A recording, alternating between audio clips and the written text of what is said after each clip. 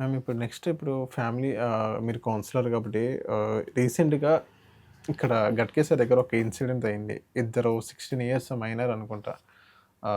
వాళ్ళిద్దరు రిలేషన్‌లో ఉండి ఇద్దరు కలిసి అమ్మాయి వాళ్ళ మదర్‌ని చంపడం జరిగింది. ఆ అమ్మాయి కూడా సహకరించింది వాళ్ళ అమ్మని చంపమని చెప్పేసి.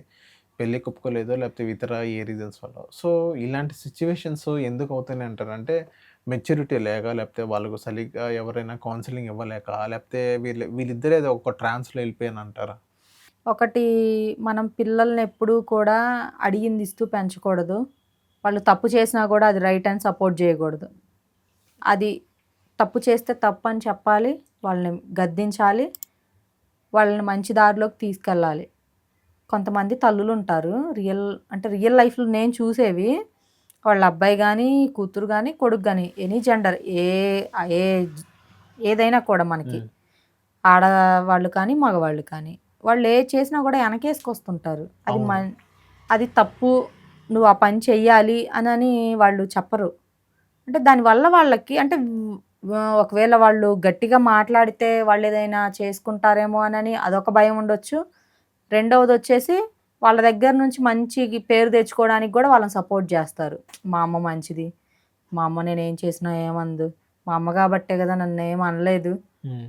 అదే మా అమ్మ ఇప్పుడు లేకపోబట్టే గదా నేనేది జేసినా తప్పంటున్నారని కొంతమంది మాట్లాడుతుంటారు. నువ్వు అవును. తప్పు చేసినప్పుడు తప్పనే జెప్పాలి. సో, మీ అమ్మ ఒక మాట చెప్తే మీ అమ్మే నిన్ను చెడగొట్టింది అని అర్థం. అవును. ఏ మదర్ అయినా కూడా పిల్లలకి మనం ఎప్పుడూ గూడా వాళ్ళకి మనం అడిగినవన్నీ ఇస్తూ పెంచకూడదు. చిన్నతనం నుంచి.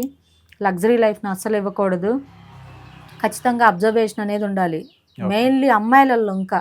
ఇప్పుడు. ఆ! అయితే ఈ ప్రేమలు ఇవన్నీ కూడా కామంతో కళ్ళు మూసుకుపోతే ఏదైనా జేస్తారు. దానికి ప్రేగు బంధం అనేది కూడా గుర్తురాదు ఆ కామంలో.